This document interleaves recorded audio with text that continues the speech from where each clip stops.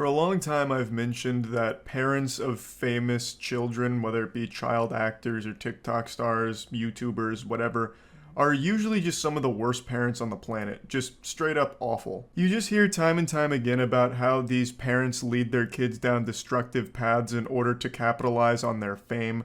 A great example of this is recently from Jeanette McCurdy, who played Sam in iCarly. She released a memoir called I'm Glad My Mom Died, and in it she documents a history of abuse from her mother. As well as Nickelodeon, she talks about some awful shit Nickelodeon did to her, and her mom's response to it was things like, that's just the price of showbiz. You know, you gotta shake it off. This is what it means to be famous. All the girls would love to be in the position you're in. Don't be so ungrateful. Just horrible things. The mom was well aware of everything that Nickelodeon was doing to her daughter and didn't care. In fact, even piled it on by calling her names and doing other horrible shit.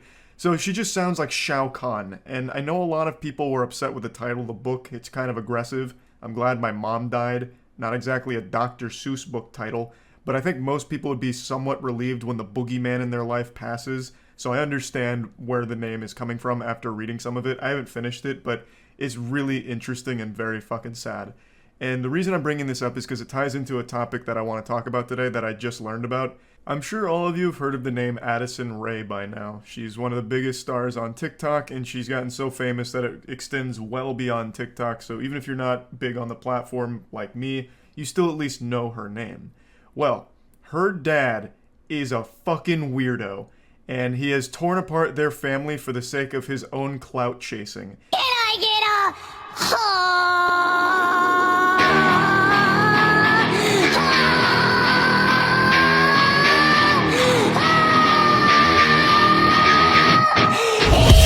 That's someone's father. That's a 46-year-old man posting some fine, distilled, twice folded over, double caked up cringe on Maine. This is Addison Rae's dad. And he, of course, did what every other TikTok parent does. He made his own account. He has like 5.4 million followers. And he threw away his entire family in order to try and make money off of his daughter's name and become famous himself. But not only that, he used his pseudo-celebrity status of being the parent of a famous person to allegedly flirt with 19 and 20-year-olds. He even was having a 5-month affair here with a girl that's less than half his age. He allegedly cheated on his wife multiple times, and they eventually got a divorce. He also has 2 other sons, which I can't imagine how awful this situation must be for the whole family, but them in particular, since they're still super young and obviously in tune with social media, they're seeing all of the unhinged, wild shit their father's doing, and it has to be soul-crushing. I feel so terrible for the entire family, and it's gotten so bad they've sounded the DEFCON alert system. Almost every TikTok influencer in the space has told at least one story about Monty Lopez being creepy to them.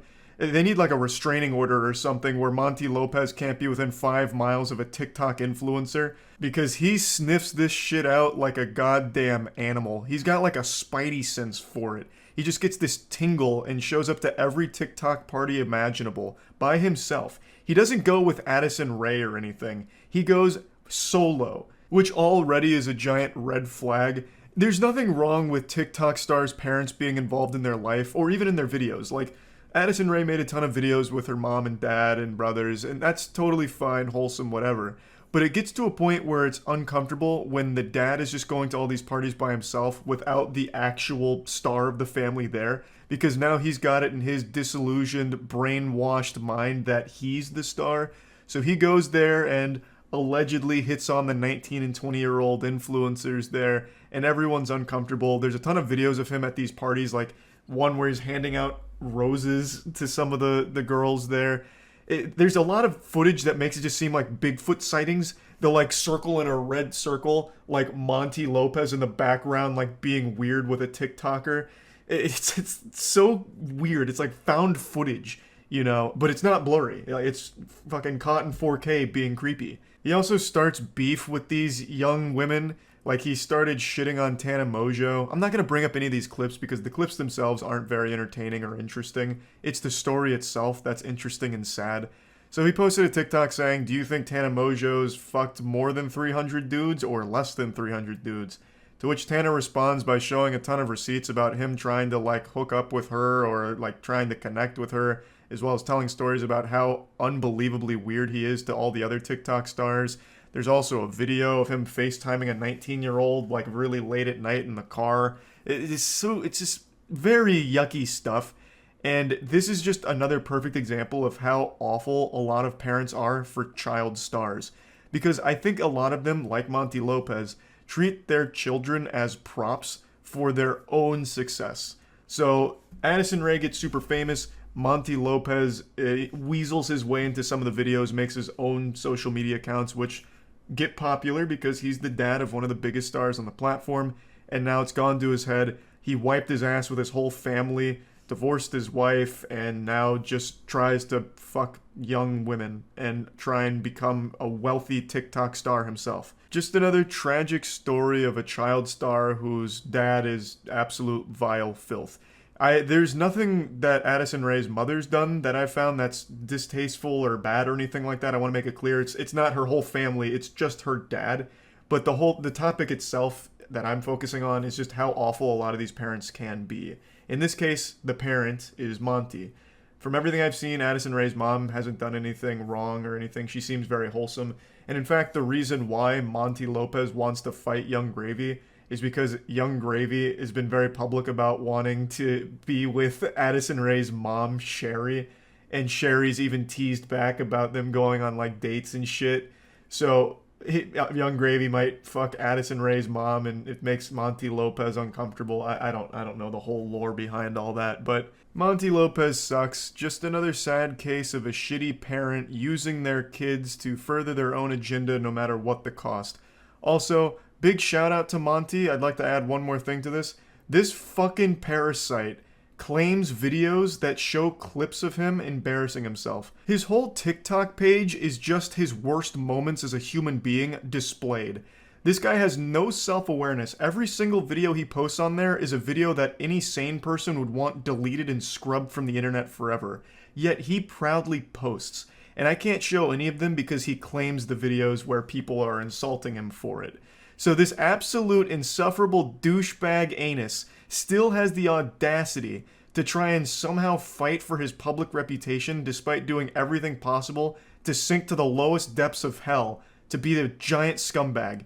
He blows my mind. He's all about like the grind and money, so he takes the absolute most revolting approaches to it by copyright claiming videos that use some of his clips to try and take the ad revenue from it or whatever. It's so wild to me. I was reading a bit about it, and just when I thought he couldn't get any worse, I learned that he was copyright claiming shit. A YouTuber named Dumpy even mentioned that he had to pitch up some of the videos because Monty kept claiming it. It's fucking silly. This guy is just an absolute massive clown, and I feel so sorry for his entire family. I can't imagine he was a great father growing up, and he's only getting worse. Of course, I'm making a giant assumption. Maybe he was a fine father figure who got corrupted once his family or once his daughter got famous. I couldn't tell you, but this guy sucks. He's weird, creepy, and what he's done to his family is unforgivable. That's really about it. So yeah. I've said this many times over the last couple of years, but just like my high school basketball coach, you don't take me seriously. Every time I try to preach this gospel, you think I'm joking. I'm not. Wipe that smile off of your face, Buster. I am going to scream it once again with my whole chest. Cringe is the ultimate evil. It's the only unforgivable sin. Through the eyes of the internet, the ultimate crime is being cringe. So why am I talking about this? Well, it's because two videos have just gone viral for being cringy, and everyone has been dunking on them. The first one absolutely blew up, and it's become one of the most divisive videos I've seen hit the internet since the fucking Yanny and Laurel debate. It's this woman celebrating getting her pancakes by doing a little boogie. I have to mute the audio, so I'm just gonna beatbox for this.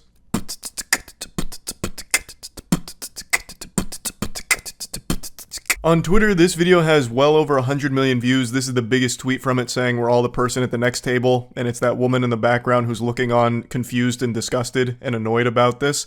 And the video has over 100 million on Twitter, but then an additional like 30 million or so on TikTok.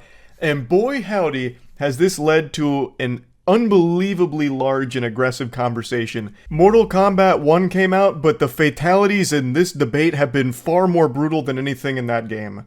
I tell you what, sports fans, this shit has been wacky. It's her pretending that she's super excited to get food, my hangriness leaving my body, and she's doing a little goofy TikTok dance. It's very artificial. It's not real. Like, is she actually having fun here? Who's to say? That's a secret between her and God. I have no idea if she's actually having fun, but it's clearly performative for TikTok updates. She's looking for the internet likes.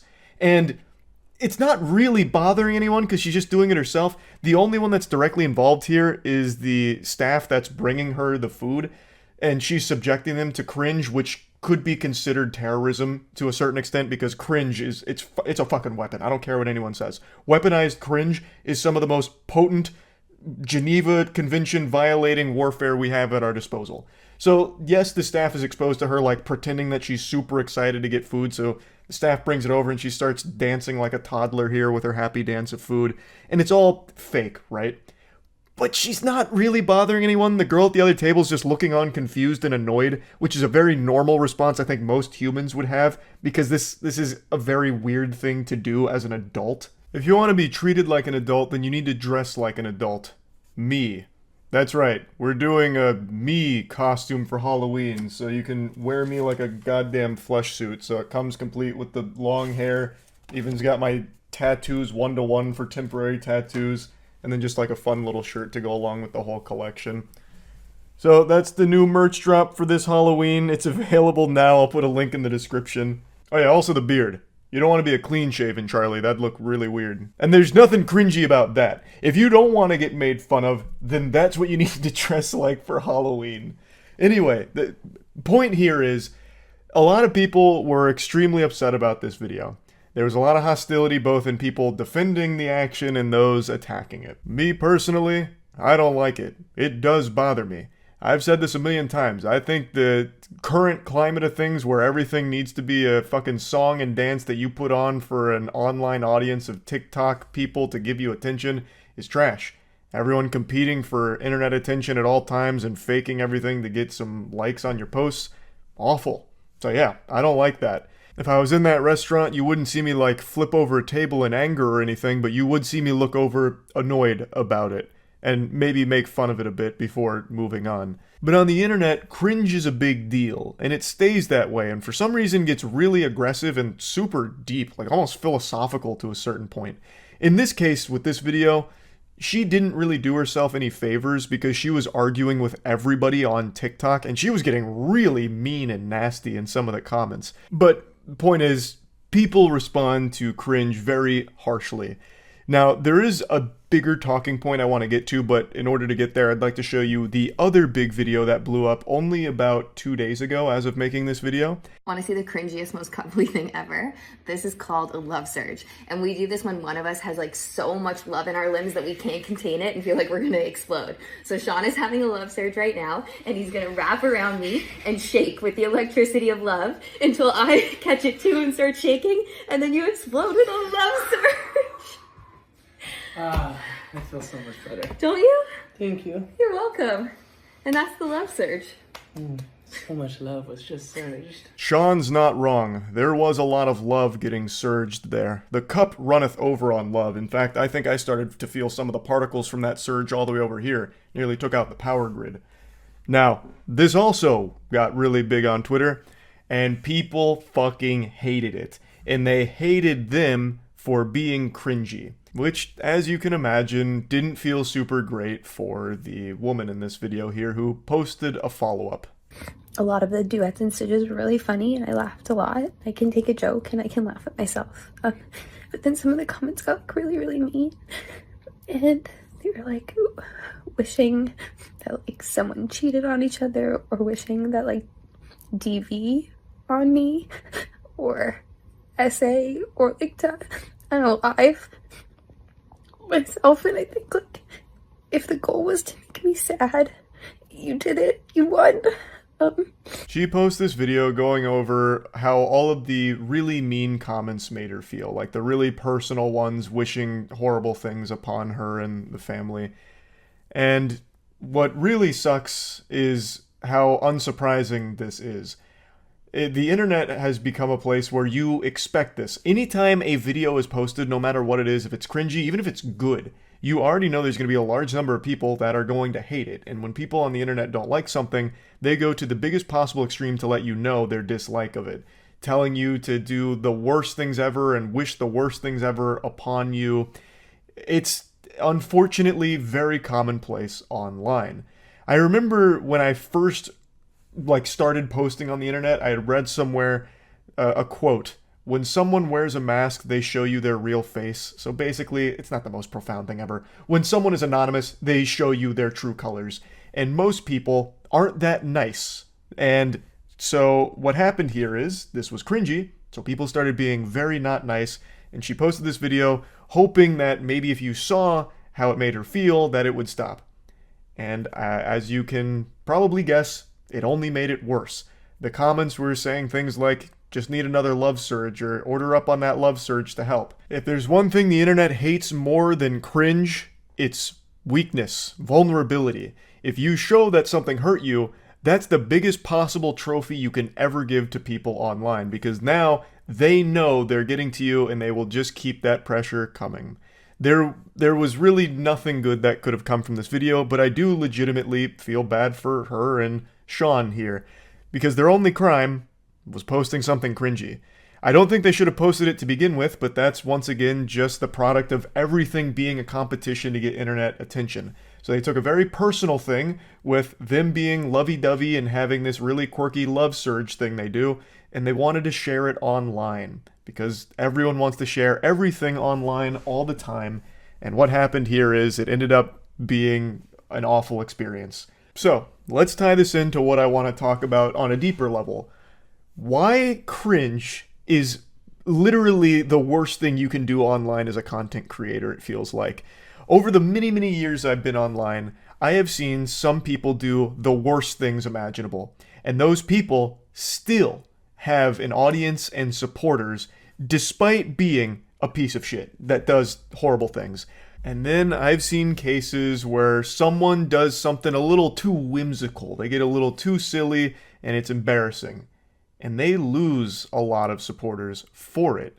More so than someone that is an actually awful person doing horrible things. And I guess it's honestly not even fair to say that it's just the internet that has no forgiveness for cringe, because one of the best examples of an entire career being unraveled from something being a little too goofy actually comes from 2004 and predates the modern internet as we know it.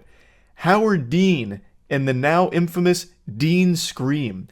Howard Dean was a very prominent political figure, and in 2004 was a presidential candidate. And his entire world got fucking blasted when he was doing a rally and got a little too excited. He was given a very passionate speech. He's like, we're going to Washington, we're going to Oregon, then we're going to my buddy Eric's place to eat some ice cream, and then we're looping back around, we're going back to Washington, and then Oregon. Byah! And that moment, that one silly little screech ruined his entire presidential run and made him a laughingstock, all from just a droplet of cringe. I actually think he was a pioneer who was ahead of his time, because if he did that today, he'd be looked at as like an icon on TikTok, because that kind of shit's not cringy per se anymore. But anyway, the point I'm making here is, it might not even just be an internet-specific phenomenon. It might be like a human-specific thing where we're just hardwired to dislike cringe and always hold it against the person who made us feel the cringe. I don't really know. I'm getting scientific about something that has absolutely no basis in science. It's just something I've observed for pretty much my whole life, where some people will do what I consider to be unforgivable things. Like legitimately horrible, terrible, awful things. And yet, they still go on to have an extremely successful career. They have tons and tons of fans. Someone like Chris Brown. Chris Brown, I think, is a bad guy. A hot take. I think he's a bit of a jerk. He has a history of beating women. He beat Rihanna within an inch of her life. And yet, look at him today. He has probably more fans now than ever. Like, he just got nominated for an award at the VMAs a few days ago, and people were cheering, applauding, losing their minds over it, celebrating. Somehow, his fans stood beside him and still support him through all of that. Meanwhile, there have been many such cases of someone posting either an embarrassing video as a YouTuber or having some embarrassing information leak or something cringy come out, and their fans like abandon them. Just like straight up drop it like, nope, it can't be seen here anymore. I don't know, it's just baffling to me. But yeah, now I'm starting to get a little lost in the rant here. Point is, with these two videos in particular, the people in them didn't do anything wrong. One of them wasn't even in public. And yet the response to it was extreme amounts of anger, which is always just interesting to me.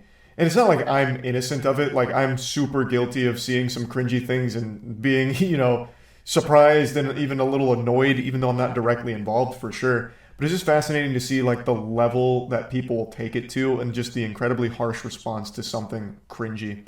So yeah, I just wanted to talk about it a little bit. That's it. So yeah. Over the last couple of months, I've analyzed more text messages than the FBI. I have been glued to bad romance and flirting like a moth to a flame. I've been wandering the deepest, darkest pits of filth. It's like in Space Jam when Michael Jordan gets sucked into the golfing hole. I've been sucked into the asshole of the internet, and all I see is cringe down here. But today, there's a new ingredient being added to this concoction. The recipe had a chemical X. Crime. This got posted to Reddit earlier today, and a lot of people sent it my way, and it actually reminded me of a real criminal case that happened back in 2022, and I actually found the case again through the comment section of this post, because I couldn't quite recall all the particulars of it, but there is a lot of similarities shared between that criminal case in 2022 and these text messages that this individual is showcasing here. So it starts with this girl's coworker messaging her out of the blue saying, "Hey." He receives crickets, no response, silence. And you know what they say, if at first you don't succeed, try being weirder. So he comes back around within 3 hours saying, "Hello? Is this blank?" She says, "Who is this?" And he goes, It's me," with a smiley face. "I just wanted to text you and see how things were." "Oh, things are going alright, I suppose. Not to come off as rude, but how did you get my number, dude? I mean, I don't mind you texting me, but I've never gave it to you." And that's when he lifts up the curtain and breaks the magician's code, revealing his secret method. "I just grabbed it off the contact sheet in the office room. Hope that's alright." To which she says nothing in response because that is fucking creepy. She never gave him her number. He just went out of his way to find it from their workplace. Yucky. But he comes back around saying, "How's it going?" And he just keeps going, throwing questions at the wind here, hoping to receive even the slightest semblance of life on the other side, not realizing that he has already scared her by snooping around tracking down her phone number without ever getting it from her directly.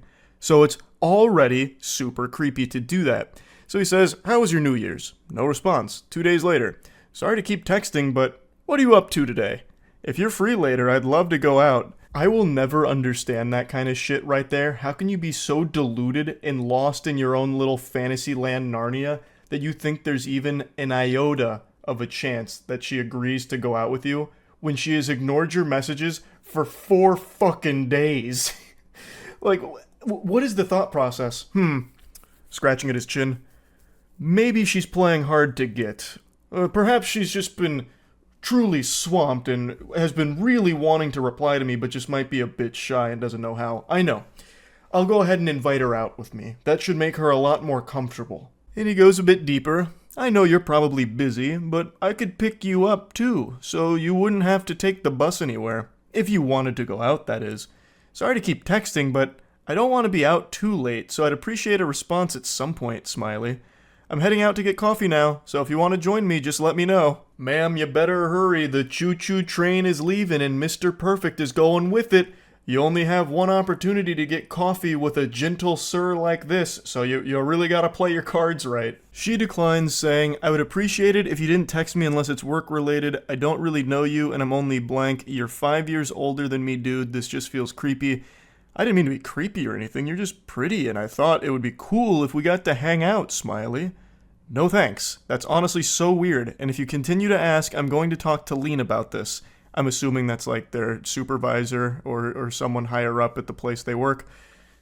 And then he goes in deep. He says, "I'm not gonna lie. I've been thinking about you a lot, and I just want you to spend time with me. What you said the other day just felt rude. At least try and give this a chance. I know you're probably not awake, but I've been up all night thinking about you. Not going to lie, sometimes I like to take pictures of your ass while you're in the drive-thru window and I jerk off to them in the bathroom. I'll go ahead and take a courtesy pause here to give everyone a brief respite and let that nugget marinate in this sauce here because he just dropped a real heavy, spicy meatball on the plate. And when I first read it, I certainly wasn't ready for that because that's just openly admitting to a crime. I'm not a sheriff or anything, but I'm pretty confident that that's illegal. He'd probably be taken away in handcuffs if this information got out, which it should. She should absolutely report all of this. Now, somehow it actually only gets worse from here. This is just the beginning.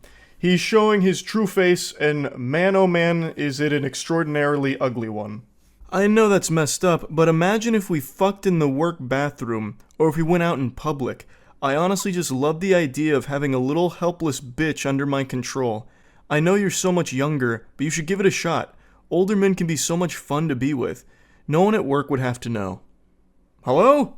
Sorry for calling, but I'm really lonely and you haven't replied to me at all. Since the text messages are going unanswered, I guess he's resorted to actually just calling her, which is also being ignored, obviously, because that's the safest thing you can do is ignore it.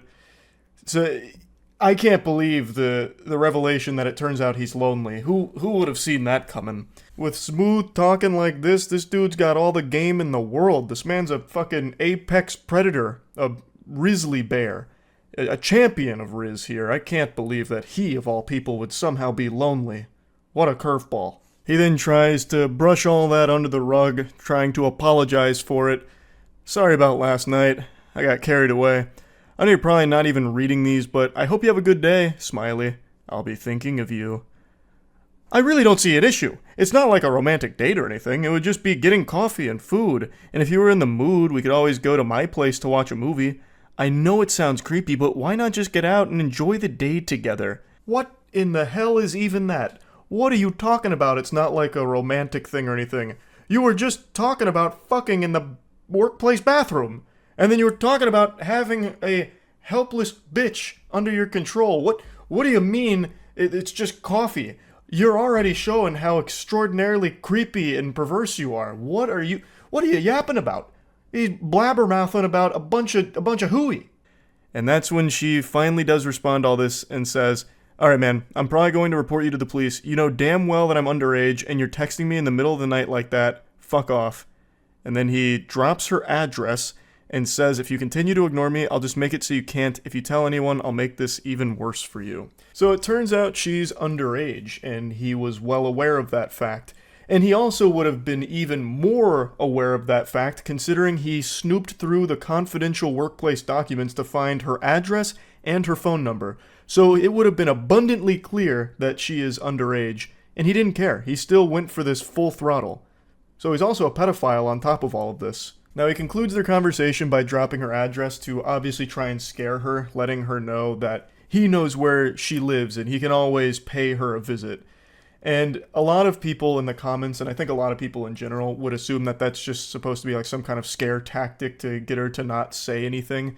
Not necessarily that he's going over there right this instant to do something, but that is still a legitimate threat, and I imagine an actionable threat that the authorities can use. This is one of those situations that really shouldn't be taken lightly, and it seems like it isn't. It seems like she's taken the proper measures here, like contacting authorities or contacting workplace staff and all that, which is what she should be doing, because this is just legitimately dangerous. I mentioned at the start that it reminded me of a case from 2022, where a man killed his 17-year-old coworker because he had a huge crush on her, and since he couldn't have her, nobody could. Her name was Riley Whitelaw, and she was murdered at her place of work by this individual. He recently got sentenced in October of 2023 for the murder, and it is just horrifying. Now, Riley had previously made a complaint to the employment about how uncomfortable he made her with like the advances that he would make on her and all of that, and even asked to like have her schedule changed so they wouldn't have to work together. And despite all of that, they still worked together. The place of employment did not change her schedule around to get her away from him or anything like that. They continued to work together despite all of her complaints until it eventually culminated with him killing her. It's a tragic story. Fucking horrifying. And it reminds me of the text messages we just read right there, where a coworker becomes infatuated with someone and then eventually does something disgusting like that. So reading through these text messages, it is a concerning individual in a scary situation. And it's something I think about from time to time about how awful it must be to just be doing your job, doing nothing wrong at all, and then still ending up in a situation like this. This girl never made any advances toward this guy. She never even gave him her number or anything at all. And yet somehow he still became obsessed with her and then stalked her company documents to find her phone number and her address and all of that. It's just so awful. She's literally just doing her job and then gets put in a situation like this because of this absolute lunatic. So yeah, just wanted to talk about it a little bit. I think situations like these should always be taken seriously. Like if a coworker or anyone for that matter starts to get like a level of obsession with you that it becomes a bit palpable, that you can start to see it, it immediately needs to be something that you take very seriously because you never know where it could lead. And I think that is just always something that needs to be handled with real care. So just wanted to go over this a little bit. That's really it. So yeah. I know my calm, composed, stoic demeanor may not give you any clues or hints at my internal struggle, but trust me, right now, I'm spiraling. I'm falling down a dark path I swore I'd never walk again. Like a former addict who finds the pipe once again, I have found my long since abandoned drug. I have become hooked on reading horrible text messages from dudes trying to get laid again. It's been many moons, and some of you who have been around the channel for a while may remember I've made a lot of content covering horrible pickup artists, as well as horrible text messages with self-proclaimed nice guys who are one gentle no away from letting the demon out and just flipping the switch to a full-blown conniption. Like, the word boyfriend would be, a Winter Soldier event that would have them just go ballistic. And I've made quite a bit of content, both laughing at the absurdity of it, as well as using it as an educational tool, like, hey, don't be like these goobers. But over time, I started kind of petering out from doing that, because I just made so much of it, and I stopped indulging in that kind of content until recently. I could only fight the urge for so long. The werewolf is coming out. It's a full moon, and that moon is nothing but fucking cringe. I saw some text messages today that I've just gotta go over. Now, before we embark on this journey together, it's important that I let you know that these are two college students. As we go through this, you'll probably assume that it's two 13-year-olds, but that's not the case. These are two college students that worked on a group project together, and now we're coming in after the completion of the project. So, they say, I just emailed Professor the final draft, so we should be good. To which the poster says, yay, and then sends a meme, go team. I really enjoyed working with you. You seem like a very sweet and smart girl, and I'd love to take you out sometime. To which they say, that's very kind of you, but I have a boyfriend. Oh boy. She said the phrase, I have a boyfriend. There is no phrase more powerful in the English language than that. The strongest sentence ever constructed. That's like the nuclear bomb here. I have a boyfriend is a phrase, nay, an incantation, more powerful than Avada Kedavra from Harry Potter. And it's just been deployed. So you can already start to speculate where things are going to go south. He responds by saying, heh, well thanks for leading me on. Which catches her off guard. She says, I'm sorry, but I don't think I've done anything to imply I was interested in dating you, to which he responds, it's just funny how you never brought up that you were taken until now. Which is an interesting thing to respond with, because that makes it seem like he expects every girl that's taken to immediately state that upon starting a conversation with a man. Like they need to wear some kind of sign or some kind of label on their forehead that says, currently in relationship, not available, thank you. Try again at later date.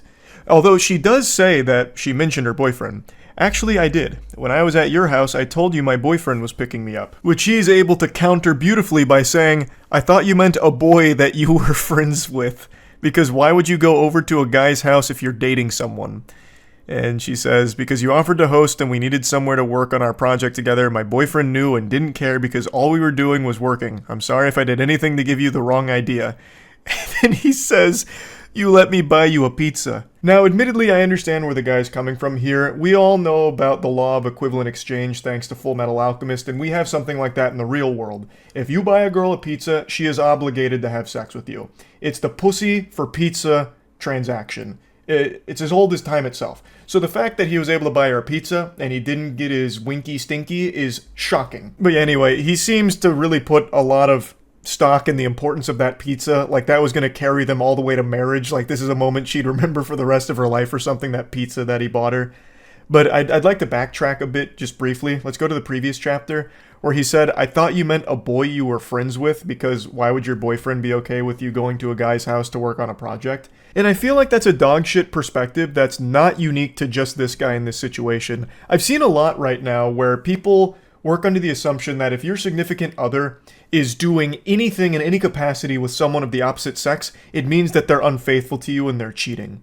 But I just don't really subscribe to the belief that most normal, sane people think that way. Of course, there are extenuating circumstances to that, but in this scenario, and in most scenarios like this, where it's just she's working on a group project with a classmate, I don't know why you'd immediately jump to, she must be a whore who's going behind my back to fuck this one goofball in her class and pretending that they're working on a group project. I just don't think that's something most ordinary people jump to immediately, and in this case, the guy views it as weird that she ever even agreed to go to his house to work on this group project if she was in a relationship, but I just don't understand why that would be viewed as weird. Like, where else are they going to do it? Like, if they go to her place and do it, it's the same problem, right?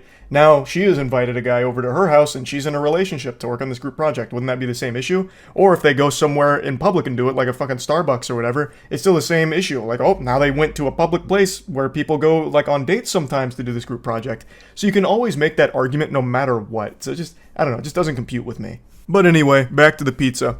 I offered to split when you told me you were ordering a pizza and you said it was your treat. If you'd like, I can sell you for half of the cost. Yes, I'd like that.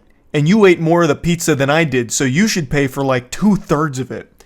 Now we're getting into the nitty-gritty math calculations here. Like, well, actually, listen here, Harpy. You ate more of the pie than I did, so you're gonna need to reimburse me more for it. And you know what? It wasn't my treat, because this Halloween there was only tricks. You tricked me. You lied by not telling me that you had a boyfriend. So give me extra cash for that pizza, you disgraceful harlot. She's being as gentle as possible here. I imagine she's scared of this individual, and she said as much in the comments of the post. She said that she didn't want to, like, get too aggressive back, because then she'd be, like, afraid of what he might do. So it's just, like, I understand where she's coming from. You don't want to, poke and all of that. So she's just like, okay, that's fine. And I'm sorry again if you got the wrong idea, but I thought I made it clear that I viewed this as a professional relationship.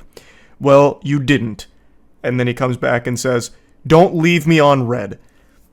So he's getting very aggressive here. He's red in the face. He's steam coming out of the ears. Like, I understand why she wants to, like, tiptoe around this as gracefully and smoothly as possible. And it's something I've said a lot on stream, where in the current climate of things, it feels like everyone's more on edge than ever. Like, I've read so many stories over the last couple of years of people snapping at the smallest things, like even the most minor inconvenience. Like, this is a story I've referenced a lot, but it's one that actually legitimately sticks with me. There was a murder at a Subway where a man shot 2 Subway workers because they went a little heavy on the mayonnaise on his sandwich. Too much mayo was a death sentence for one of the 2 workers that was shot. The other one did survive, but I mean, it's things like that where it's never really worth pushing back. So in a case like this, I understand why she'd want to be really light about it. And I just want to mention that because I saw a lot of comments, like, not really grilling her or anything, but just really kind of wondering why she was being so polite in lieu of all of the aggression from this guy. And I totally understand why she would be. I really do get it. I just wanted to point that out real quick. But anyway, it wraps up by saying, I don't think this conversation is worth furthering, which is fair. And then he responds saying, it's ridiculous you even chose a guy to work with if you have a man. I bet he was upset even if he pretended not to be.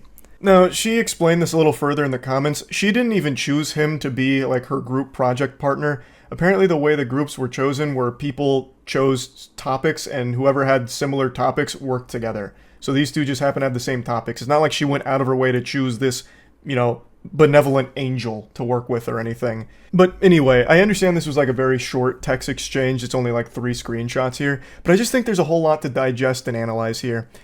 As we as a species have become more and more isolated, all of our socialization and human interaction comes from behind a computer screen now, mostly.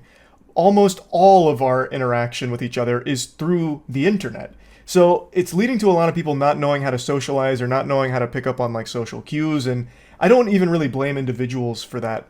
But it's led to situations kind of like this, where this guy really views that her being off the market, you know, having a boyfriend, should mean that she shouldn't do anything at all with another guy, even work on a class project with another man.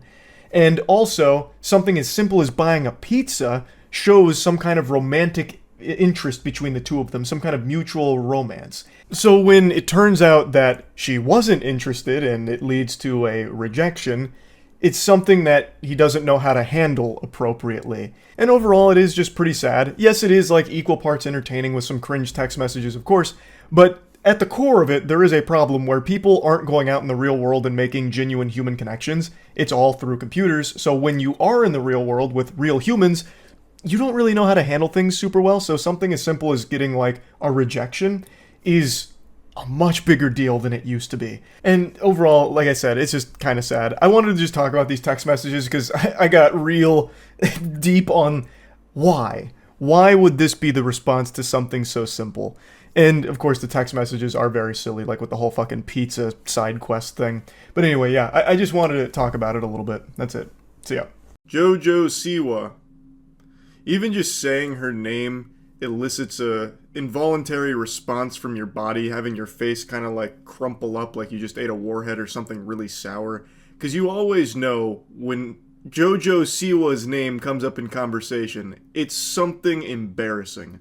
Now, I will say, on my short list of idols, she does make it into the top 5 because I think she is truly the best dog shit dancer this species has ever produced. And I am a big enthusiast of bad dancing, so her classic Karma's a Bitch seizure, as well as her guilty pleasure stinky treasure dance routine here. This whole one is a masterpiece because there's not a single move here that looks good.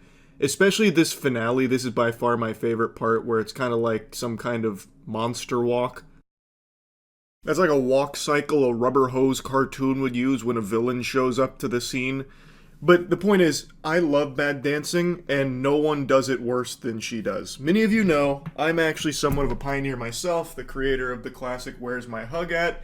And I've actually been in the lab cooking some new stuff. I don't have a name for this yet, but it kind of combines the Habbo Hotel dance animation with a little bit of like robotic Roomba maneuvers, so you can do like little circles with it. But I'm already getting lost in the sauce. I'm not here to talk about Jojo Siwa's dancing. I'm here to talk about her scamming. You can now pay $900 for the VIP package to be an unpaid roadie for Jojo Siwa. If that sounds familiar, it's because Gene Simmons just announced this exact same deal for $12,500. I made a video on that like 2 weeks ago. So Jojo Siwa really just took a page out of Gene fucking Simmons' playbook here. It's almost one-to-one. She copied Gene Simmons' homework. So here's what you get for the VIP package. The Dream Guest experience. You get 1 general admin ticket. You can watch the show from any designated audience area of your choice. You get an exclusive invitation to JoJo's live show setup before Q&A and sound check with JoJo. You get to help her put together the show with song selection input, which I'm just going to call fucking barnacles on because there's no way she's going to let any goober who pays $900 for this get to have any say in what she performs. Like, this is definitely already pre-selected shit. An exclusive autograph of JoJo memorabilia worn during the show, so you'll get to wear her sweaty clothes that she performed in. Yeehaw. Access to her pre-show sound check and a Q&A. A pre-show meet and greet and a photo opportunity in front of the VIP backdrop, so that way everyone will know you wasted $900 so they can shoot spitballs at you and make fun of you. VIP exclusive merch, a commemorative VIP laminate and lanyard, early entry into the building with priority access, pre-show merch and shopping opportunity, a VIP host. So you're not just working for free, unpaid labor, you are paying to have the privilege of working for free for JoJo as a roadie. It's a beautiful scam. It really is. And I actually think there will be people that make this purchase. I just have a strong hunch that there actually will be some pitiful souls out there spending $900 to get fucking shit-stained breeches that JoJo wore during the show and setting up the show for her for free. But maybe I'm just being a Scrooge. Let's hear it from JoJo herself as she tries to sell us on this dream VIP package experience, because maybe there's more to it than meets the eye. I mean, there's so much to tease. I am really excited because I wanted to create a show that wasn't just a concert, right? I have all these songs that I love to sing, but I was like, I want to do something more. I want to create, a party environment. I want to create something that feels very, immersive, interactive, intimate. And so I really did that with this show. And so, you're going to get the concert that you want to see, right? But then... How innovative. Making a concert into a big party. AKA... what concerts kind of already are in the first place. This is a bunch of mumbo-jumbo here. This is gobbledygook. Like, you're just describing a concert. I just went to a Deftones concert. That shit was a great big party. It was a lot of fun. I don't exactly know what she's going to do to make it more of a party. I guess maybe she'll toss a beach ball around that everyone can start hitting, and maybe she'll, plant kegs and beer pong tables and flip cup around there. I have no idea what she's doing to make it more of a party. I couldn't tell you, but I can tell you she so desperately wants to be unique, and it is so cringe how hard she tries to stand out with weird fashion choices, really off-the-wall stuff.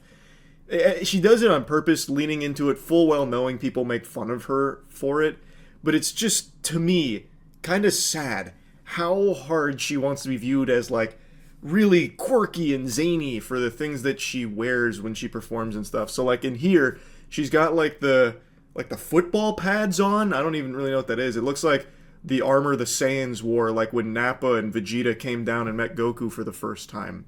But if it was set in the My Little Pony universe instead of Dragon Ball. There's going to be a DJ set run by me. There's going to be an interactive game with the audience where they have a chance to win a sick prize. It's going to be beyond sick. It's going to be dope. I have no doubt that prize is going to go ballistic. It'll be like a fucking half-eaten Subway sandwich that she had for lunch that she'll toss into the crowd if you complete her trivia game or whatever she's going to play with the audience. And I read that there is a chance for fans to get close and personal with you. There is. What can you tell us? There's one, and this is the most exclusive VIP, where you actually are going to get to come while we're loading in the show, and you're going to get to kind of help us set it up and make sure things are right and test out, the drum with me or the DJ booth with me. You're going to kind of... You're describing a job, JoJo. This is labor. You're supposed to be paid for these things, not pay for the privilege of doing them for you for free. It's an interesting proposition. Gene Simmons really did just blow open a whole new door for insufferable assholes to exploit their fans here for these VIP packages. I don't know if this was common before Gene Simmons, but I'm pretty confident JoJo saw that from Gene and said, I want to do that. I feel like that's where this spawned from. That's just a hunch, though. Get that. Then we're doing another one where you just get an exclusive backstage tour. We're doing this fun thing where you get a little bit of show memorabilia. So there's different things that are used within the show that we will replace every night. And so we will give that to those top tier.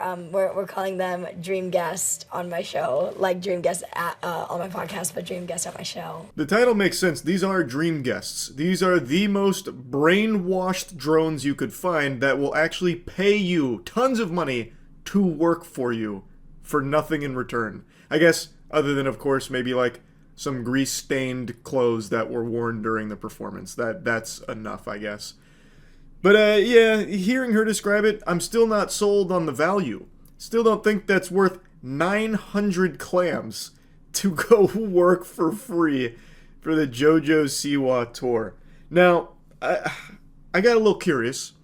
She is coming to Tampa, and I was tempted to buy the $900 package just to see what that's like. I wouldn't pay $12,500 to move around Gene Simmons' oxygen tank and get fucking coffee for him while he berates me and demands that I change his diaper, but I would consider paying $900 to help set up JoJo Siwa's song selection and fucking, I don't know, the sound check and bring in all the equipment or whatever else was described there.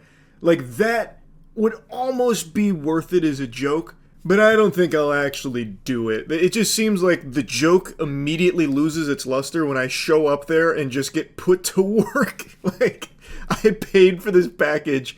Now I'm working fucking 6 hours or 8 hours, however long it is to set this up. And then all I get to do is listen to music I don't like. She doesn't have a single song that I could even, like, wiggle my finger to. And I get cursed with some kind of special grade cursed item that she wore during the performance. Like, it just...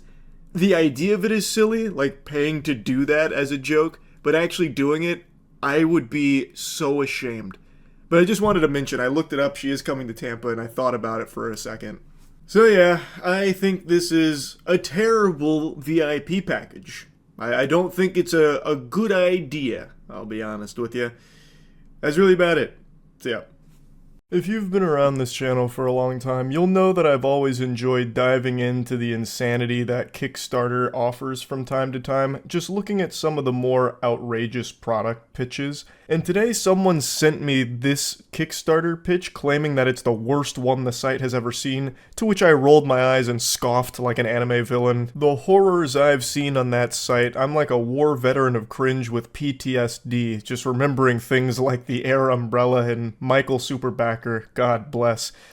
But I still decided to take a peek, so I dusted my shoulders off and decided to dive in, and interestingly enough, it is very bad. I don't know if I'd call it the worst. It's pretty awful, but I don't know if it's the worst I've ever seen. But I thought it'd be still fun to dive into it, because this kind of content's something I haven't made in a while, so it'll be a nice little blast from the past for your ass. There's more truth in here than what we're reading in the papers. Observe the millennials, the YOLOs, Generation Y, or why the fuck not, thinking they're special because mom and dad and their 5th grade teacher told them so. Armed with participation trophies and branded apparel to encourage superiority. I think with just the first 15 seconds, you can immediately get the vibe behind this pitch. It's trying to suckle off of the cock of the Andrew Tate tough love formula, where it's like, everybody is a sensitive snowflake in today's society. Generation Y? More like Generation why the fuck are you still a bitch? Participation trophies out the wazoo, no one knows how to be a man anymore, no one knows how to think for themselves. Everyone you see is an NPC, just a zombie sleepwalking through life. Don't be like them. Buy my coffee. Like, he's immediately doing exactly what he's upset at the rest of the world for doing, being pretentious. That's this entire ad. Just some pretentious douchebaggery. Newsflash. We all got the fucking memo. We see straight through your crap. Exhibit A. Look at the self-proclaimed artiste over here. Looking like a lumberjack from the 1800s. Low-budget lumberjack. Pardon me, huh? Jiminy Christmas, have you ever seen a lumberjack? How does this guy look like an 1800s low-budget lumberjack? He's clean-shaven with slicked-back gelled hair. What are you talking about? It's just all around one of the weakest insults he could have squeaked out of his mouth there, because it sucks shit through a crazy straw. Not only does he not look like a lumberjack, but if he did, you're giving him a compliment. Lumberjacks are cool. The number one image that immediately gets into people's head when asked to think about a masculine man is a lumberjack. Like a fucking grizzly, bearded man oozing testosterone out of every pore in his body, chopping wood. That's like the quintessential man stuff, not drinking coffee from Kickstarter. He's trying so hard but failing to be a bully. And I feel bad for all the actors in this pile of dog shit, because all they do is stand there and let him go around and insult them. And they're not even insults, like, he's just really bad at it, but it must have been so uncomfortable, because I know they had no idea what this gig was going to entail, but they already showed up on set and were getting paid, so they just said, we'll let it rip. And it was probably extremely hard to not laugh at this guy being so bad at making insults. I bet he's never even held an axe a day in his life. And what are these? Even your blindness is fake. Do you think your tattoos make you a coffee connoisseur? You realize that your devotion to non-conformity actually makes you conform. It's hypocrisy and flannel. What are you yapping about? Do you think your tattoos make you a coffee connoisseur? Where is that coming from? What delusional dimension is your brain inhabiting? Come back to reality. Come back to us. I have tattoos, and I don't drink coffee. It's not like people get tattoos because all of a sudden it's going to make them a coffee expert or something. I don't know what tree he's barking up with that thought process, but it is confusing, to say the least. He's just blabbering on about some nonsense mumbo jumbo and trying to, like, insult the people around him. Now, all of this is to sell his coffee, which is supposed to be the world's strongest coffee, which I guess he may have succeeded at, according to his Kickstarter page. One 12 fluid ounce cup of his coffee apparently contains 702 milligrams of caffeine, which is more than the other competitor, Death Wish, at 660. Over 700 milligrams of caffeine in a single 12 ounce cup is absurd. The Panera Bread lemonade wouldn't kill you as fast as this would. To put in perspective how much caffeine that is, if you consume 1,200 milligrams of caffeine in a pretty short period of time, you are likely to experience caffeine toxicity, which can be fatal. So if you drank 2 cups of his coffee, it'll just send you straight to heaven to meet your maker. You'll sail into Valhalla with insomnia coffee being the thing that killed you. What an embarrassing way to go. Why would you ever want a 700 milligram caffeine beverage? At that point, just do meth. Meth would actually be safer and more healthy for you than drinking his coffee. That is so mind-boggling. But you don't give a fuck about individualism like flannel fuck over here. No. You're a clone. With enough creatine, protein, and self-loathing to keep your arms inflated and your dick shriveling. He's been keeping an eye on that Ista Slut's ads for a while now. I think I saw him whimper at it.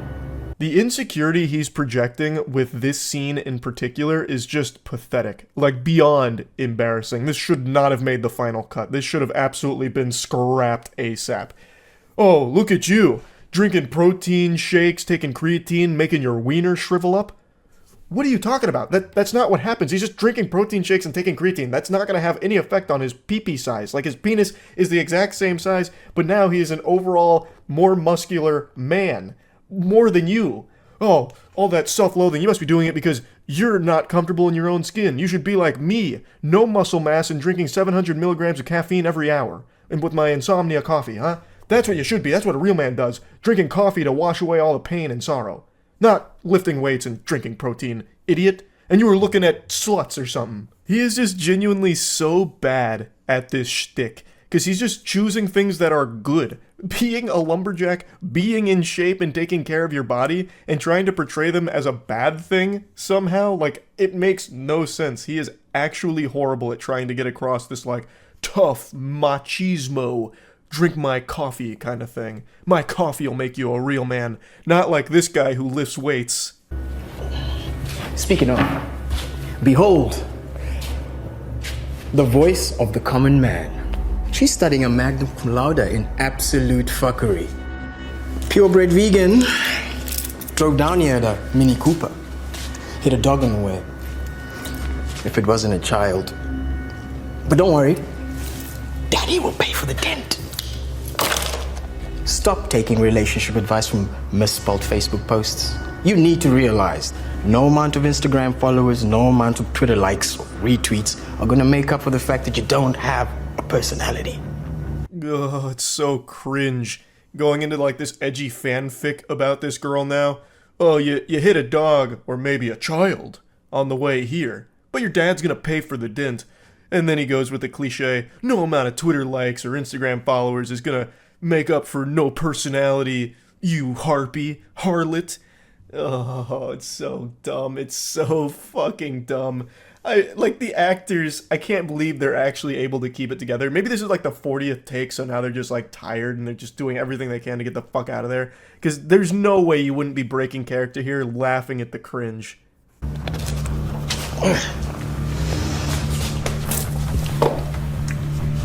How the fuck does she keep that shit down? Look, I'm not perfect. But at least I don't hide behind a veil of pretense like these fake fucks. We're tired of the facade. Who are we really? Wake the fuck up. Ooh, so profound. What a sign-off. Wake the fuck up, samurai. Straight out of Cyberpunk. Really tried and missed. What a big old L of a Kickstarter pitch that was. What are you talking about, man? You're making coffee. Out of every character type he tries to shoot spitballs at, out of every trope he tries to insult in his pitch, he is by far the fakest out of all of them. He is the one with the facade. You're not more awake or better than anyone else just because you're consuming 700 milligrams of caffeine that's coursing through your veins like Bane's venom from Batman. Like, it's so silly. Well, just, if you want to make the world's strongest coffee, go for it and try and sell it on that merit, as opposed to go up this weird alley here with, like, it's time to wake up, and the only way to do that is by never sleeping again with 700 milligrams worth of caffeine in every cup of our coffee. It's so silly. I just had to make fun of this. Something I'm sure he understands. That was his whole ad, just making fun of people. So, I'm making fun of the pretentious businessman who thinks his coffee is somehow making him superior to everyone else around him when it comes to intelligence and enlightenment and waking up. What a fucking joke. That's really about it. See ya. I've said this before, and now it's time to dust it off and say it again. And I don't care whose feelings get hurt by this. Just like a suppository, I don't care if your ass gets sore. It's time to hit you with the truth. It is extremely embarrassing when somebody makes one thing their entire personality. Whether that's being a fan of a show, being a fan of a band, or expanding beyond it. If you have like a shtick that becomes a meme, making that meme your entire brand and your entire life. I find that to be cringe. And the internet is, of course, a portal to cringe, so let's show you who I believe to be the most sad specimen when it comes to this phenomenon. Salt Bae. Salt Bae is a restaurant owner who rose to fame because he sprinkles salt down his arm like this while wearing goofy sunglasses. He looks like a time traveler from a steampunk dystopia. He took off as a meme and kind of a joke online, but then that meme got made into real flesh. He adopted that as part of his soul, and it has now become his entire identity. He translated all of that online buzz into real-world success, so his restaurants are actually quite popular. And they're known for extremely overpriced food, most notably this abomination. This is a steak wrapped in edible gold, and I think it looks truly awful. That shit looks like a poorly wrapped Christmas present, but what's even worse here is Salt Bae himself, the Santa Claus of meat. He comes to the table when you order something like this and puts on a little song and dance, so he cuts up the gold steak, and then he hits it with his signature anime finishing move where he sprinkles the salt down his arm, and then he grabs a piece of the steak on a knife and then dangles it over any woman at the table's face. He just like dangles the meat over there like he's at like a petting zoo or something, and then the women are expected to like lift up and then bite the meat off of his knife.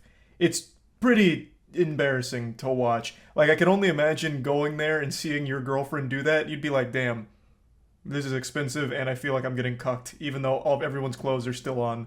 It's just, I think it's goofy, very silly, but overall, it's harmless cringe. But as is so often the case with these memers turned celebrities, he flew too close to the sun. I think this shtick was never entertaining. I never really saw the comedy stylings of sprinkling salt down his arm to be gut-busting or anything. But it's not like it bothered me either that he got popular from it. But he became way too pretentious with it, and to the point where he felt entitled to be on the field during the World Cup when Argentina won. So he went onto the field after Argentina won the World Cup, and he tried to make the entire trophy ceremony and everything about him. If you go to his Instagram, it's so many pictures of him holding the World Cup, you'd think he was part of the team that won it, even though he had nothing to do with it. And then he also has that picture in the bottom right that looks like he actually fished a piece of poop out of a toilet at one of his restaurants and was playing with it. So he was rightfully getting dunked on by everyone on the internet for this shit, and I just want to show you some of his worst moments here because, man, it is so bad. By far the worst one is him trying to get Messi's attention. So you can see him kind of like harassing him and yanking on him to try and get Messi to acknowledge him. Kind of like a toddler trying to get his dad's attention. But Messi's having no part of it. He's actually celebrating with the people that matter to him. And his team, his family. And he doesn't give a fuck about Salt Bae pestering him for like a photo for his Instagram. It's so embarrassing to look at. Now, apparently, Salt Bae and Messi have met before. He wasn't like a complete stranger. But Messi just ate at one of his restaurants and Salt Bae fed him a piece of food. Like, it's not like they were inseparable friends or something. And the gall to go out on the field after the World Cup win and act like you're somehow best buddies with everyone on the team is so laughable and pathetic. It was so bad, in fact, that now FIFA is investigating how he even got on the field in the first place, because they're not entirely sure. The leading theory is that he was able to get on the field because he's somewhat friends with the FIFA commissioner, like the head of the FIFA org. So that's the leading theory, but even that's not 100% certain from what I've read. But yeah, let's take a peek at some of those videos he filmed because, man, they're classics.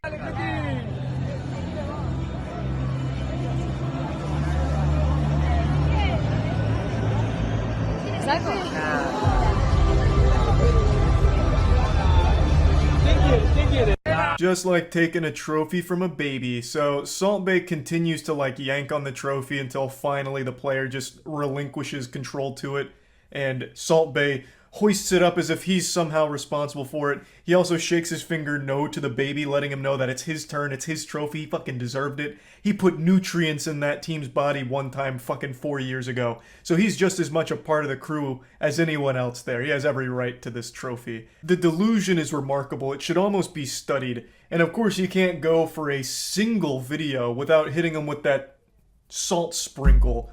Because man, that's so good. It's so iconic even, man. You can't get enough of that one.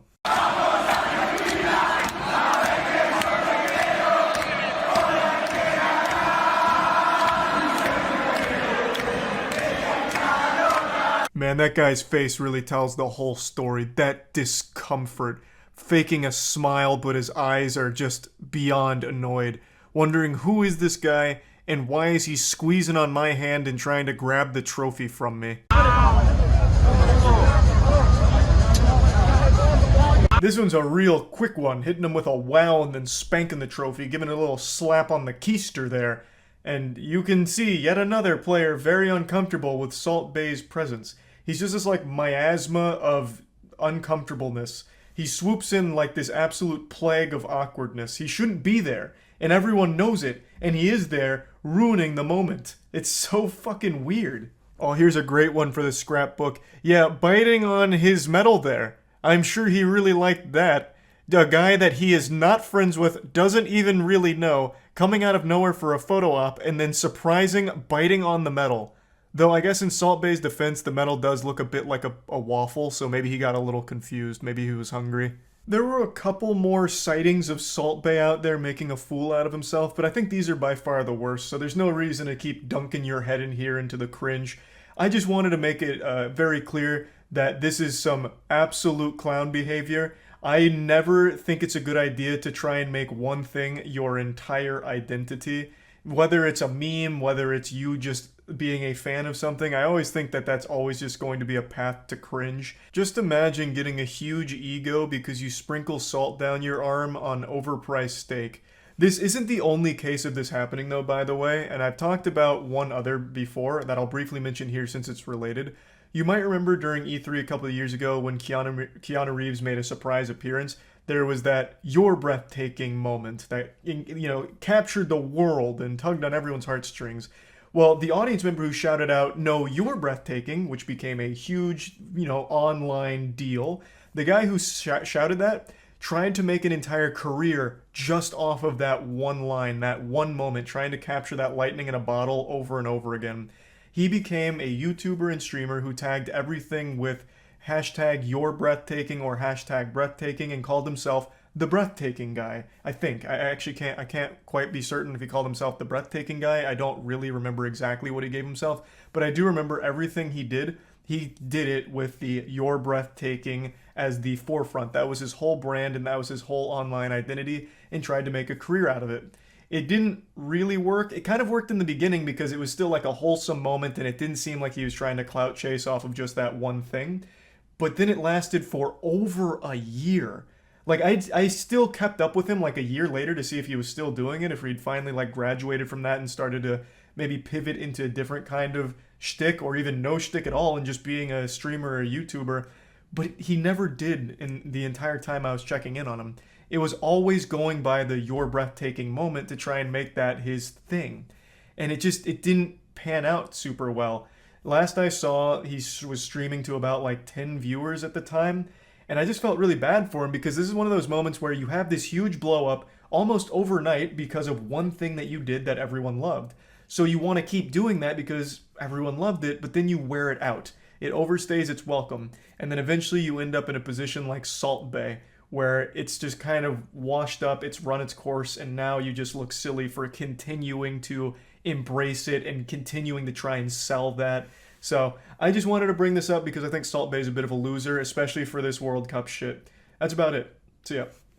Man, we are far behind. He puts so many out. Big sister hates little sister, instantly regrets it. Karen next door goes way too far. Hold on, Max. What was that? Do I have another tab open or is that in the video? Hold on, Max. It's in the video. Okay, kids, dinner's ready. Adam, would you mind turning that down, please? This looks so good. Thanks, Mom. You're welcome, honey. Damn, this kid's good. That game is so loud. Shut the fuck up, you old bat. Come and eat. After this game. No, I have to do this. No, don't you dare. Oh my god. What'd you do that for? Okay, I'm leaving. I was about to win. Let's just try to make it work for right now, okay? I'm trying to make it into FaZe Clan, Mom. Heard about this new coin. And if I buy some, I'll be able to make it into FaZe Clan, and then we can finally pay for a new apartment. So just let me fucking play Call of Duty. Help you? Doesn't he realize other people live in this building too? Yeah, and whose fault is that you're stuck here? Get the fuck out of here. Talk to him about it. So I don't want to have to file a noise complaint already. I dare you. I'm fucking the landlord. It won't happen again. How'd it go? Not good. That neighbor has 2 kids and a dog. That apartment's way too small for all of them. What? They have a frog? No, I said dog. Great, now we have to deal with barking too. Hi, Karen. Doesn't that dog ever stop barking? It can smell that you're a failure. Get the fuck out of here. Stop knocking on my door. You old battle axe. Sorry about that. But now I am going to file a noise complaint. Do it. No, please don't. No, do You it, don't I have dare to you. do that. You just made a big mess. No, Max, stop. What? What do you do wrong? He's eating food. Want me to help clean that up? It's fine, honey. I'll do it. Let me go grab the vacuum. He was eating the food. He was literally going to eat it off of the floor. Now you have made a mess by getting rid of the nature's vacuum. We have neighbors now? Just forget it, it's pointless. So these two are going to divorce, I guess. That's another separate... What in the world? Are they vacuuming? Is that not allowed? 7 o'clock at night, I don't believe it. Enough is enough. Thanks for the gift sub, Braid. Oh, nice, Ignite. What now? Vacuuming at this hour? Karen, Yes, I'm sorry I didn't know it vacuuming. was Get this the fuck late. out of You've here. been nothing but trouble since You old moved in harpy. next Get door. off my doorstep. I tried to be nice, but Karen, give me one good reason why I shouldn't file a noise complaint right this second. Because I will Listen, beat am your ass. trying the Right best here. that I can, okay? I was betrayed by my husband and backstabbed by my best friend all at the same time. Yeah, that'll do it. It was cry. Call of Duty might help you, The worst honestly. part of it all. Take your mind off things. He didn't even have any remorse. Oh my gosh, I'm so sorry, dear. Yeah, but it doesn't excuse the I had noise. no I'm idea filing a you complaint. were I don't dealing care. with all that. He probably cheated on you because you're loud. So that's why you and Dad separated Oh, Jesus Christ, Junior. Just go play Call of Duty. all this time. I thought it was your fault. It is. She's I know loud. for how I've been treating you. Hey, good news. She got cheated on. High five. What's up? 16-year-old girl gets stranded. What does that mean? Like on an island kind of situation? We're heading to the festival, Dad. See you in a few days. Okay, don't get lost. Excuse me. Pretty sure you need these. Sneaking hug. Oh. Gas canister in case you run out of gas. First aid kit and jumper cables in case you want. We don't need all Also this. a gun. We'll be fine. You never know who you might meet out there. There's a lot that can happen on a long drive. Stop! That's enough! You're always babying me! Oh, come on! Wait, The protein bars are too far! Why? You should have stopped at the car, Jack, you idiot. Everyone knows that. Ugh, he's so annoying. Worst dad ever. About you, that's all. Yeah, I wish my dad cared as much as yours does. Shut up. Trust me. Just leave us alone, Dad. We can take care of ourselves. No, but you... Wait. What? But I still worry about you. But you forgot the cyanide pills just in case you get captured by the enemy. We're out, Girl Scouts. Let's go. Get away from the cringe factory. Hey, shut up. Get away from the cringe factory. Happy early Father's Day. Hey, shut the fuck up. This guy is posting cringe on main. Oh, you could have just put it in there. Now this is your fault. Like, she told you to just put it all in there, and then you decided not to. I only care about seeing Justin. He's the opening act for The Gentleman World Tour. Okay, can't get DMCA'd like that. You're not gonna get me that easily, Darman. Her dad just comes out of the bushes over there. I fucking knew this would happen. Great! A flat tire! Does anyone know how to change it? Yeah, I'm stuck in the middle of the road with a flat tire. You can get someone to come help us? Nice! Yeah, that'd be We're great. saved! My location. Let's go! Yes, let me check my maps and I'll get back to you in 1 second. Oh no. No! Died. Here. Alright. Time to scavenge. Start jarring our piss. We're in survival mode. It says there's no service. We've been stuck here for over an hour. What are we Her going dad to do? purposely screwed her tire up. Teach her a lesson. The car thing hasn't worked in forever. That'd be pretty big I brain. only have a wall charger. Look! We're saved! It's a roaming rapist! Good idea. Quick! Good luck, though. Okay. Guess we'll just die. Thank you. Can we at least use your phone? Why did some car just pull up behind us? Oh my god, it's the hash-slinging slasher! Guys, what if he's a killer? What do we do? Oh, should we run? Where do we go? Do we have pepper spray? We have, like, maybe What about Krav Maga? this way. We need to go. Run away. Oh my gosh, he's coming. Everyone calm down! Raji, it's me. I stalked you, what's up? What are you doing here? I came to help you. Pop your trunk and put your hazards on. Well, this is creepy now, Dad. Thank you for this. Why are you wearing a hoodie? Like you're out here committing crimes. No idea how happy I am to see you. I just followed the directions. How far to the away did she festival, break and down from the house? Thank God I found you. Wow, you're like the best dad ever. Seriously, I wish I had a dad like you. Protein bars, anyone? Yes, please. I'll take one. Yes, eat the protein bars. Yes, yes, eat them. They have tracking devices in You them. might need this. You'll never elude me again. Now go ahead and have a seat in the car. It's not safe out here. He just gets sniped. He just fucking headshots. I was just Are kidding. you forgetting something? I don't think so. A hug. Aww. Nicely played. Nicely played. Wait until their friends hear that she just canceled their plans without their knowledge. Me too, Dad. Teenager kidnaps a little dog. Why would she do that? It seems like an awfully odd story. OMG, your dog is so cute. Aww. Pet him? I'm so sorry, but I really need to go. You guys take care? Yeah, bye-bye. Bye-bye. Gosh, that made me want a dog even more. Yeah, well, if we both get jobs this summer and save up, we'll get them in no time. We just Get have to- jobs. Or They're like 12 years we old. could steal one. we can't do That would be like that. illegal, wouldn't it? We never do something like that. Layla? What are the odds? Free dog. How do you know that she's a stray? Do you No tag. call her? Because I don't. Today's my lucky day. I'm gonna name you Queen. You can't There's the do prime that. iced. I'm sure she already has a name, and I'm sure she belongs to someone. What are you, the dog So police? dramatic. Huh? Now come on before someone sees us. This is a magical dog. Grants wishes. Besides, it's the same dog. I told you she belongs to someone. No, it's a totally different dog. To me. Her name is Layla, and how could you say that? Imagine how worried sick her owners must be. Who does this? Queen, it's my dog now. Finders keepers. If you're an honest person, it'll always come back to you. Oh, that's please bad. That's a do the bad right lesson. thing.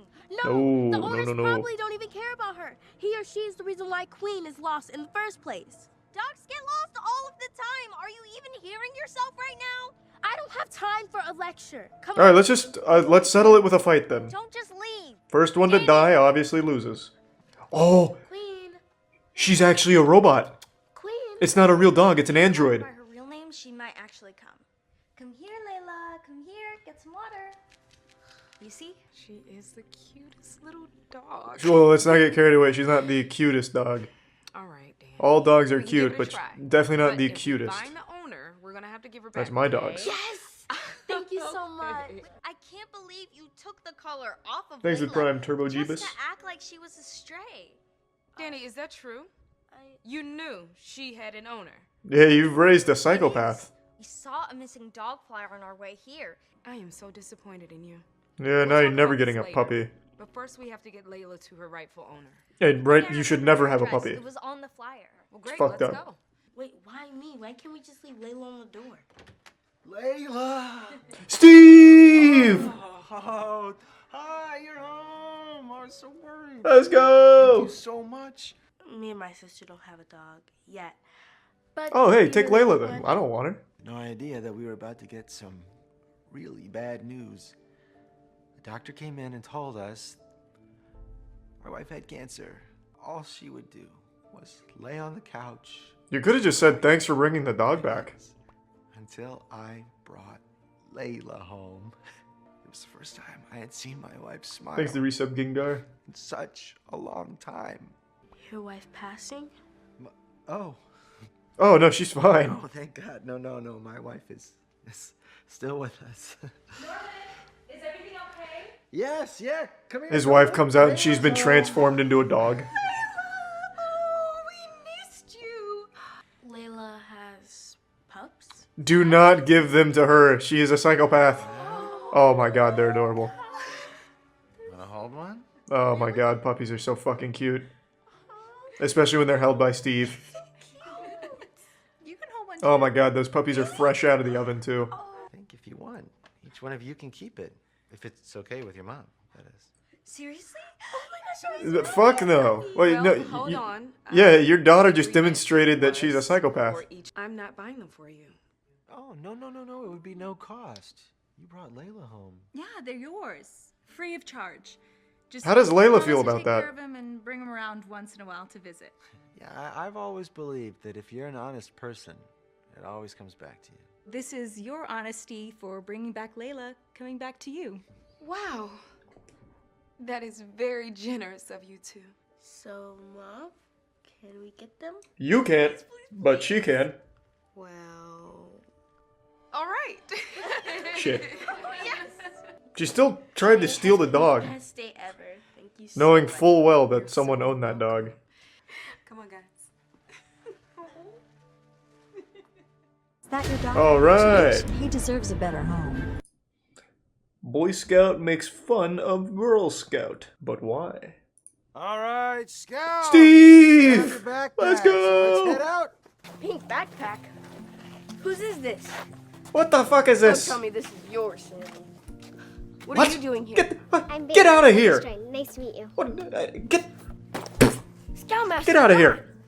Please John. tell me this is some kind of joke.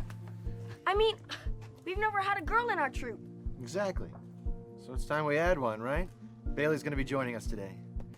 What happens if you happen to sprain your ankle out there? He just brings out a rusty You knife see, and starts first you wanna chopping away deal at the with bone. The pain and the swelling.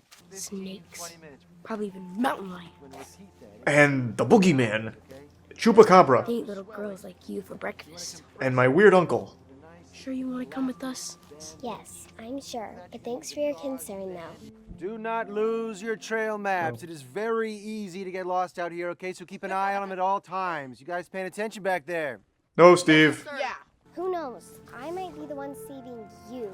Oh, Damn. she's the one saving you. Yeah, right. That never happened.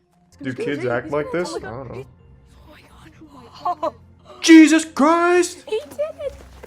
He actually did it. Oh my god. All right, we're almost She at the just campfire. dies. Let's pick it up. She doesn't have that map and just actually fucking dies. He's gonna win a special badge. Damn, that badge looks good. You may as well just give it to me now. Well, we'll see. It could go to anyone, even Bailey. Yeah, right. That's impossible. Girls can't make fire. Girl Scout cookies. Yeah, which are really good. And the Boy Scouts don't sell shit. Do the Boy Scouts still exist? Everybody choose a Because I'm pretty sure the Girl Scouts, like their some cookies wood. and things, are just a marketing together. ploy. Like they don't actually make them. I know that. I already chose Billy Man. Sorry. Hi. You're alone. Hey, shut the fuck up, Billy. Hey, Trevor, want to be my partner? No, get away from me. I'm just gonna starve to death. I'd rather go alone. Come on. Everyone else is already taken. Shut up. Besides, I can help you. Just let me die out here in peace. Trevor! And don't forget it. It isn't safe alone! He's fine. He's fine. Trevor doesn't want a girl as a partner, so he runs Just away cuts to like a from mangled Billy, corpse. leaving her all by herself. He finally finds Ah, one and decides to Redwood. head back to camp with it. He's going for 99 fire making, I see. As it begins to get dark, Trevor gets worried and starts yelling out for help. He starts to wish that Nobody he hadn't can thrown hear away him his map. except for that fucking Blair Witch. As he does, he ends up falling and twisting his ankle really bad. Ouch. He screeches in pain, but no one is around to save This him. is pretty intense. Hours have gone by, and now Then a Trevor bear is comes terrified. What was that? The Satchmo. The Sasquatch. Snake? Please don't hurt me. Oh god, just let me die out here. Oh no, not you. Help, help, please. No, some other kid that's stranded out Leave me here. alone. I don't know, I think EDP's in the woods or something. It just, I don't know. It wasn't me screaming. Someone else. Shoot, okay. What would We're gonna have to use Dawn do? stars. Oh, we can build a fire. Where's the and Big use Dipper? It as a distress signal? Yeah, of course. I was just about to do that. Come on. It just turns into a flamethrower. Now, just let me get some more wood so we can start a bigger fire. Okay. Really? You were a scout for 10 years and you never saw anyone die? Kind of lame-ass Boy Scout were you? Ah, my leg! Oh, Trevor! Why did you even bother Really? saving him? Great job getting the fire going, too. Otherwise, I don't think we would have been able to find you guys. You're telling me you saw this pussy-ass fire? Let me help you up. I'm a liar. I lied about everything. This doesn't belong to me. What do you mean you did everything perfectly, just like I taught you? It wasn't me. It was Bailey. And to be honest, I don't know if I would have survived without her. Well, that came out of nowhere. So here, Bailey, I want to say that I'm sorry for how I treated you. What? Where did you were literally just like Now I shitting know on her Anything boys seconds can ago. do, can you please forgive me? Throw him into the fire. Of course. Damn. I'm sure everybody is very tired and very hungry, so Yes. let's go home, huh? Well, if you're hungry, I actually have some cookies. It's an advertisement! Thin Mints! My favorite! Thin mints do slap, but so do the coconut ones. I love Girl Scout cookies, okay? What are the coconut ones called again? The fuck are they called? The Hi, my name is coconut Lauren, thing? and I'm playing Samoans, yeah. Bailey. So in this story, Those slap. Oh, what are they? Are they What are they? Samoans? What are they? Angry coach threatens to cut player featuring Trent. I really hate to do this, but Thank you, Frenulum guy, for the generosity. Thank you, Salty and Frenulum. whoa. But guys like you don't inspire people. Wait, what? You're lucky to have made it this far. I'm sorry. Wait, so he has no reason for cutting them other than the NFL's a business? Wait, what is it? I don't even know what that means. that's it? Get a real job. I don't know, yo. Like streaming. I gotta go clean my Not head. lame, dumb sports. You don't understand. Yeah, this is a huge Football deal. is my life. I thought I was gonna be somebody and inspire people. But what am I supposed to do now? You don't need football to be Esports football, or to Madden. inspire people. Much more You inspirational. can do that anyway. When one door closes, another one opens. It's a fucking NFL, Mom. What are you talking about? There is no bigger opportunity. It's a fucking. No, it's Mom. the NFL. Now that he's gone, honey, I'm so fucking upset. Like, Jesus Christ, this is Mom and awful. Dad feel so bad for him. He decides to put down the football and picks up a bottle of alcohol instead. Oh no! He drinks every day to try and take away his pain. No! Then one day, he gets some news that is gonna change his life forever. Trent? Trent Shelton? What happened to Michael? What are you talking about, man? Oh God. I'm sorry, man. I thought you knew. What happened to him? Died in a football accident. They found him this morning. He took his own life. Please tell me that isn't real. Trent, I'm sorry, man. Oh, man. Not Michael, man. Trent. This guy's a good actor. This Trent Sheldon guy, he's a good actor. He's making everyone else look weak right now. Like, he's actually good. No more partying. No more drinking. Ooh. You have But alcohol no stays. idea how happy that makes us. I'm just done drinking, like, Become somebody. you know, sugary And drinks. inspire people. We are so proud of you. Why? He got cut from the NFL. He failed. He ruined it. With newfound inspiration, Thanks to the bits, clapping Trent cheeks. decides to rehab his life and turn it all around.